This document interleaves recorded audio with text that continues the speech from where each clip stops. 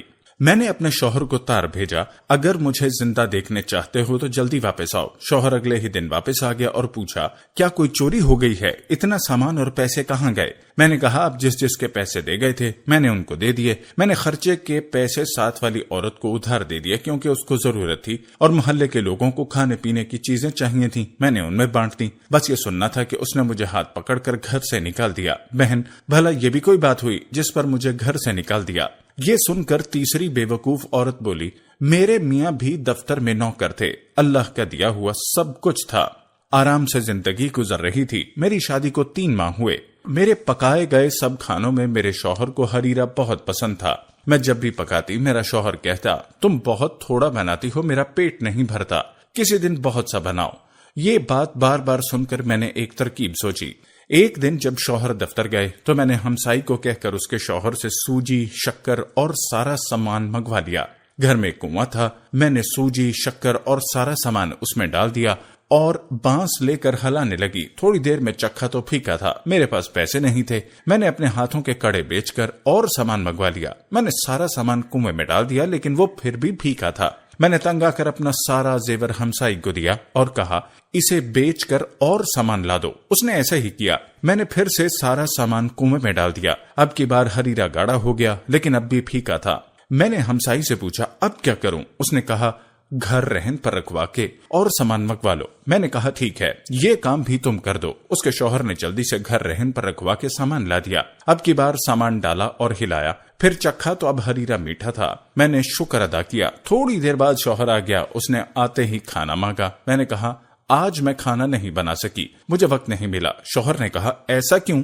میں نے کہا آج میں نے آپ کے لیے اتنا ہریرا بنایا ہے کہ آپ خوش ہو جائیں گے۔ اس نے کہا اچھا جلدی سے لا دو۔ میں نے کنویں میں ڈول ڈالا اور ڈول بھر کر ہریرا باہر نکالا۔ میں نے زبردستی ایک چمچ شوہر کے منہ میں دیا تو اس نے کہا یہ کیا کیچڑ میرے منہ میں ڈال دیا ہے؟ مجھے یہ سن کر بہت غصہ آیا اور میں نے کہا میں نے اتنی محنت کی ہے اور آپ اس کو کیچڑ کہہ رہے ہیں؟ میں نے آپ کے لیے کنواں بھر کے ہریرا بنایا ہے، اب ساری زندگی کھائیں تب بھی ختم نہ ہوگا۔ میں نے شوہر کو بتایا کہ میں نے زیور بیچ کر اتنا سامان خریدا۔ شوہر حیران ہو کر پوچھنے لگا کیا زیور بیچ دیا؟ میں نے کہا ہاں، اس سے بھی کام نہیں چلا تو میں نے گھر کو رہن رکھ کر سامان لے لیا۔ یہ سن کر شوہر غصے میں آ گیا اور مجھے پکڑ کر گھر سے باہر نکال دیا کہ ایسی عورت کی میرے گھر میں کوئی جگہ نہیں، بھلا تم ہی بتاؤ اس میں میرا کیا قصور؟ یہ سن کر چوتھی عورت بولی بہن میرے شوہر سوداگر تھے، گودام سامان سے بھرے رہتے تھے، گاہک سامان لینے آتے اور کبھی شوہر بھی باہر جاتے۔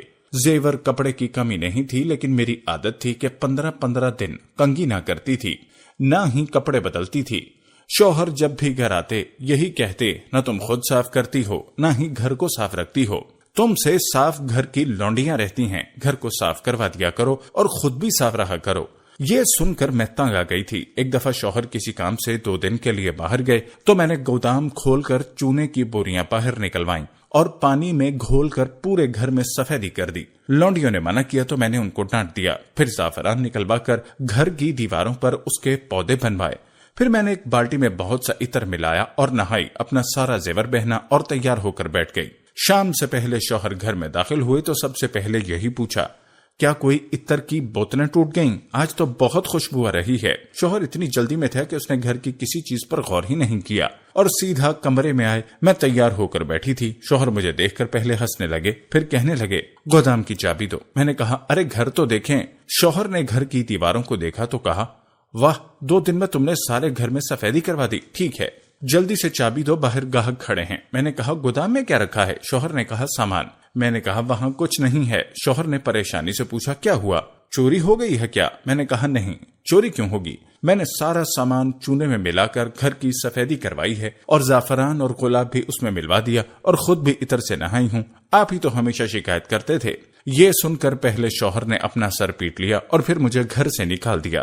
یہ سن کر 5ویں عورت بولی میری شادی کو ابھی 1 ماہ ہوا تھا کہ شوہر کو پردیس جانا پڑا۔ مجھے اپنے میاں سے بہت محبت تھی، میں ان سے 8 دن کی دوری بھی برداشت نہیں کر سکتی تھی۔ شوہر کے جانے سے بہت دن پہلے میں نے رونا شروع کر دیا۔ شوہر نے مجھے یقین دلایا کہ میں جلدی واپس آ جاؤں گا۔ میں نے اس سے پوچھا، یہ بتا دیں کہ آپ کہاں جا رہے ہیں؟ اس نے کہا، میں بہت دور جا رہا ہوں، راستے میں دریا آتا ہے اور پھر کشتی کے ذریعے دوسری طرف جاتے ہیں۔ میں چپ ہو گئی، شوہر چلا گیا۔ رات کسی طرح گزر گئی، لیکن جب دن ہوا تو میرے دل نہ لگا۔ میں نے لونڈی سے کہا، مجھے میرے شوہر کے پاس لے جاؤ، تو اس نے کہا، میں کیسے لے جاؤں؟ راستے میں دریا آتا ہے اور پھر کشتی کے ذریعے جاتے ہیں۔ میں نے اس سے کہا، کیوں نہ گھر میں دریا بنا لیں؟ وہ خوش ہو گئی۔ ہم نے مزدوروں کو بلوا کر گھر کی کھڑکیاں اور روشن دان بند کروا دیے، پھر زیور بیچ کر گھر میں پانی ڈلوانا شروع کیا۔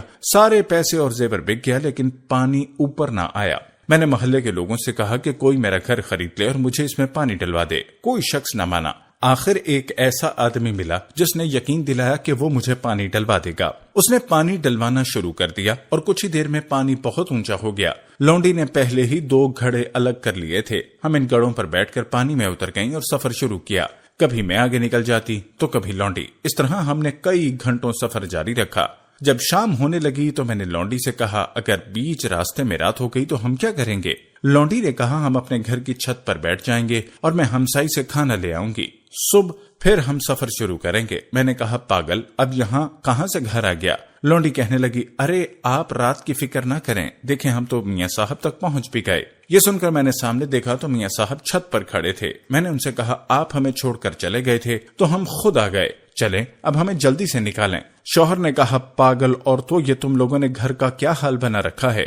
سارا محلہ ہنس رہا ہے۔ میں تو کچھ ضروری کاغذ بھول گیا تھا، وہی لینے آیا۔ اس نے بڑے غصے سے ہمیں باہر نکالا۔ لونڈی کو تو بہت مارا اور مجھے گھر سے نکال دیا۔ اب بتاؤ، یہ بھی کوئی وجہ تھے گھر سے نکالنے کی؟ اب چھٹی عورت اپنا قصہ سنانے لگی۔ میری شادی کو 1 ماہ گزرا کہ رمضان شریف شروع ہو گیا۔ ساس اور نندیں اپنے گھر چلی گئیں۔ میں بہت خوش تھی۔ میرا شوہر اپنے آفس تھا، گھر میں کسی چیز کی کمی نہ تھی۔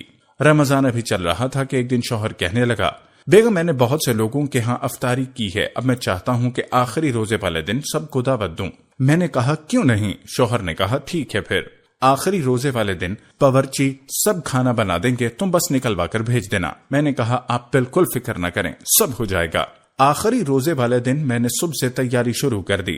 مختلف قسم کے کھانے بنوائے، بہت سی قسموں کے شربت تیار کیے، مزیدار کھیر تیار ہوئی۔ جب مہمان آنے لگے تو میں چھت پر بیٹھ کر گننے لگی۔ جب تعداد 40 سے زیادہ ہوئی تو مجھے بہت غصہ آیا کہ آخر ایک بار بلانے پر یہ سب کیوں آ گئے ہیں۔ روزہ جب افطار ہوا، سب نے مختلف شربت جی بھر کر پیے، پھر کھیر کھائی گئی۔ ایسے لگتا تھا جیسے انہوں نے پہلی بار کھانا دیکھا۔ آخر نماز کا وقت ہوا تو سب نماز پڑھنے لگے۔ میں نے سوچا، ہر طرح کے شربت پینے اور افطاری کرنے کے بعد اگر مہمانوں کی طبیعت خراب ہو گئی تو میرے شوہر کی بہت بدنامی ہوگی۔ یہ سوچ کر میں نے سارے کھانے چھت سے نیچے گرا دیے اور کچھ بھی نہ چھوڑا۔ نماز کے بعد میرا شوہر میرے پاس آیا اور کہا، جلدی سے کھانا بھجوا دو۔ میں نے اسے ساری بات بتائی کہ اس ڈر سے کہیں لوگوں کی طبیعت خراب نہ ہو جائے ورنہ آپ کی بدنامی ہو۔ میں نے سارا کھانا پھینک دیا۔ یہ سننا تھا کہ میرا شوہر سر پکڑ کر بیٹھ گیا اور کہا، بے وقوف عورت، تم نے میری ناک کٹوا دی، اب میرے گھر میں تمہاری کوئی جگہ نہیں، نکل جاؤ یہاں سے۔ 7ویں عورت نے کہا، بہنوں، میں اپنے 3 بھائیوں میں سب سے بڑی تھی، لیکن میرے لیے کوئی رشتہ نہیں آ رہا تھا۔ میری چھوٹی بہنوں کی شادی ہو گئی تھی۔ میری اماں بہت پریشان رہتی۔ ایک دن کسی کا رشتہ میرے لیے آیا تو اماں نے تنخواہ کم ہونے کے باوجود ہاں کر دی۔ اماں نے بہت سا سامان مجھے دیا۔ پہلے تو سب ٹھیک تھا، لیکن مہینے بعد جب شوہر نے 50 روپے دے کر کہا اس سے گھر چلانا ہے تو میں بہت پریشان ہوئی۔ میں نے اماں کے گھر کبھی اتنے کم پیسوں پر گزارا نہیں کیا تھا۔ میں نے ایک ہمسائی کو دوست بنایا اور ہر ماہ 1 زیور بیچ کر گزارا کرتی۔ اس طرح 1 سال گزارا اور سارا زیور بک گیا۔ انہی دنوں اماں کی طبیعت خراب ہو گئی اور میں شوہر کو لے کر اماں کے پاس گئی۔ ہم نے بہت کوشش کی لیکن اماں کی طبیعت ٹھیک نہ ہوئی اور اماں چل بسی۔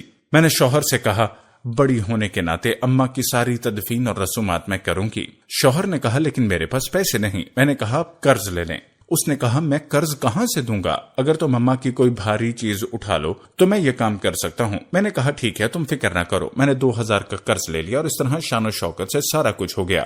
سب نے میرے شوہر کی بہت تعریف کی۔ میں نے ورثے میں سے کچھ بھی نہ لیا۔ میرے شوہر حیران تھے، لیکن میں نے انہیں کہا میں نے بھاری چیز اٹھا لی ہے، اب فکر نہ کریں۔ رات کو جب سب سو گئے تو میں نے شوہر کو لے کر اماں کے کمرے میں گئی اور کہا دیکھیں میں نے کیا اٹھایا۔ شوہر نے پتھر دیکھا اور کہا کیا اس کے نیچے اشرفیاں ہیں؟ میں نے کہا نہیں، وہ کیوں ہوں گی؟ یہ وہ پتھر ہے جس پر بیٹھ کر اماں نماز پڑھتی تھی۔ آپ ہی نے تو کہا تھا کوئی بھاری چیز اٹھانا۔